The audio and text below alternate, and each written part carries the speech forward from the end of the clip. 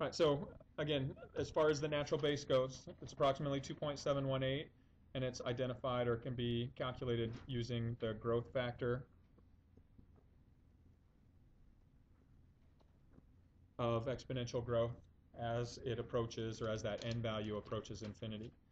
Okay, so there's a couple different things that you're going to need to be able to do with the natural base. First is to apply the properties of exponents.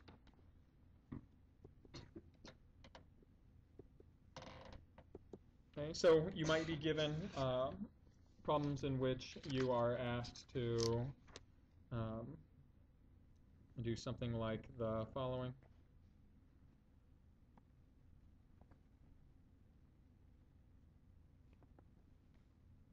Okay, so if you're given something where you are multiplying, when you multiply two exponents, what do you do with their powers? Add them. So when you look at this, what is this going to simplify to? Good. 2. Common base is e. And then you have a power of 1 times e to the power of negative 4. So you're going to add their powers, 1 plus a negative 4, which winds up being 2e to the minus 3. And if I were to ask you to, again, apply the properties of exponents and write that with positive exponents, what's going to happen to that base e?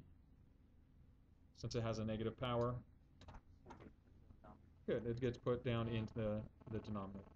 Okay, so again, either of these would be correct forms of the answer depending on maybe what I ask or what's asked of you as far as simplify it into either positive powers or write it in rational form. So here's rational form here. This would be using negative powers. Hey, you might be asked to do something like the following.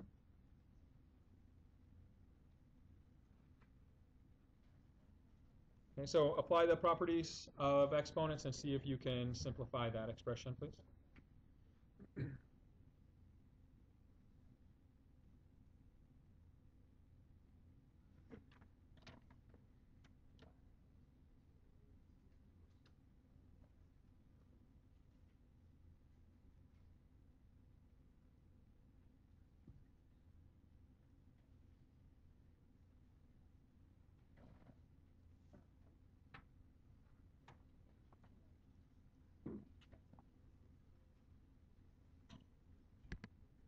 So when you're simplifying a fraction, first you can cancel common factors. So between 6 and the 2 cancels, becomes a 3 in the numerator. And then you're dividing your exponents. So when you divide exponents, what do you do with their powers? Subtract. So you have your common base e, the 5x minus 3x, which gives you 3e to the 2x. And so that would be your simplified form in that respect. And the final kind of example of exponent properties I want to review would be the following. So if you take negative 5e squared and we cube the whole thing, I want you to simplify that expression for me too, please.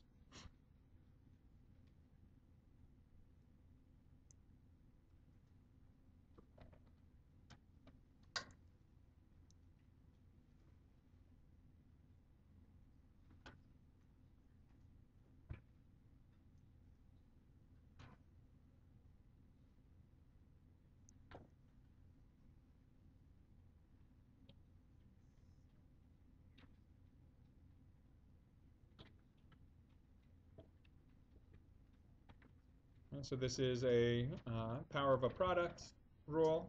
So you take all the bases of this product, so a negative 5 and an e, those two bases, and you apply this power of 3 to each of them. So negative 5 cubed is negative 125. E squared cubed, when you take a power to a power, what do you do with the powers? Multiply, so 2 times 3 gives you 6. Okay, so often what you're going to see, or what you'll write, submit your answer, e will be left as that in this form of the letter e. It's going to be a lowercase. It'll usually be italicized, okay, to represent that. And now let's take a look at how this appears on your calculators really quickly.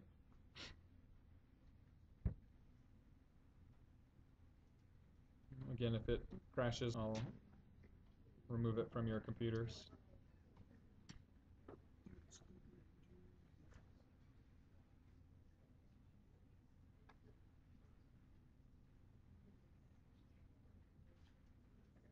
All right, so if we look to calculate these or complete these on your calculators,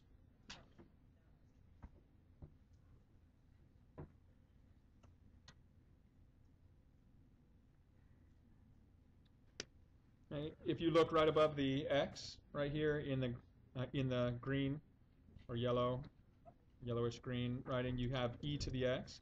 And so that's the symbol that you will present if you are writing these out. So if we wanted to, let's say, calculate this first problem using the calculator. So 2, the green diamond x, to get e to the power of, and it's just a 1. If it is a 1, you can just leave it that way. I believe you can also just leave it as an e.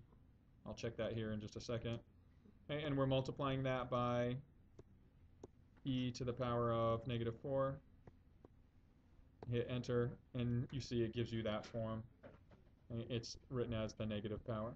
Let me double check and see if you need the power of 1. And it looks like it's fine too. So if you don't have it, if it's just e by itself, you can delete the caret symbol and just enter it as it is.